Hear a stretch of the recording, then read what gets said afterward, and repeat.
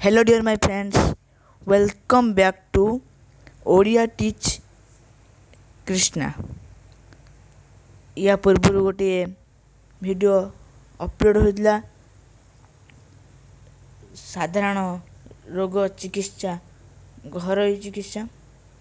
आज मुझे आसी काकुड़ीर किसी औषधीय गुण रही से मुझे भिडियोटे नहीं आसी।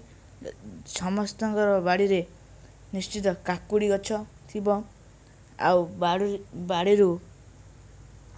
काकुड़ी होइतिबो किंबा आपण हाटरू किंबा आपण बजाररू काकुड़ी किणी आनुथिबे ताहार औषधीय गुणता विषय जानिबा।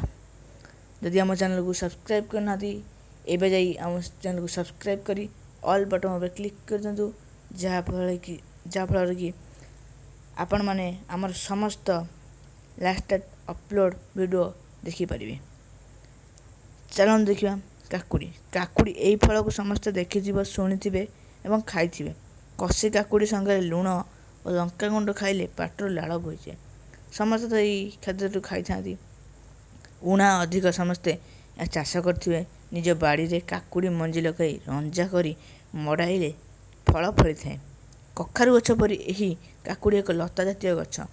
एबे वर्षक जाक काकुड़ी मिलता है किंतु यह वर्षा दिनिया फल। एबे तो वर्तमान वर्षा दिन चलती यही दिन रे ये फलटी होता है। खरा दिन भी बिलर चाष कर जाए। खरा दिन जो मैंने बिलर चाष कर भी काकुड़ी होता है। वर्षा दिन रंजारे माड़ी थाए माने मंचा रे माड़ी फली थाए। बुढ़ा काकुड़ी को आंबिल और खट्टा करी खिया जाए। जो काकुड़ी बुढ़ा हो जाए ताकू आंबिलिया करी और खट्टा करी खिया जाए। काकुड़ी रे पुष्टिसार जीवसार श्वेतसार और धातव लवण रही। यह आम देह को सुस्थ और निरोग रखि थाए। देहर उज्ज्वलता बढ़ाए। प्रतिदिन खाइबा बेले किसी काकुड़ी खाइले झाड़ा सफा होता है। पेट ठंडा रही है। पेट गोलमाल रहे ना। प्रतिदिन 2 थर लेखाएं काकुड़ी रस पीले अजीर्ण वायु और पेट मरा रोग रु रक्षा मिले।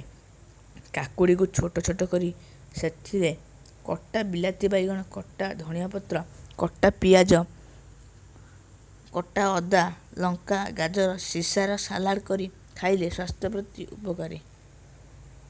एसबू तो साधारणतः घरे खिया जाए। आपण माने समस्ते चेष्टा करेंगे या खाइते।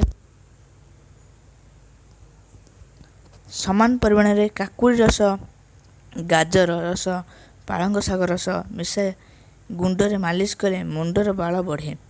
बाल सुंदर बहलिया चिकन देखा जाए। काकुड़ी मंजीरू चोपा छड़ाई भल भाव बाटी दही सह मिसाई पीले परिस्रा नली पथुरी रोग होते पथुरी गुड़िक आपे आपे मिल जाए। काकुड़ी भल भाव काटी आखि पता उपरे लगाइले तल पतार कला दाग उभे जाए। धन्यवाद। जदि आम भिडियोटी आपण मानक भल लगी आपण पाए किसी उपकार आनी तेबे लाइक सब्सक्राइब और शेयर करने जमार भूलु नहीं। धन्यवाद।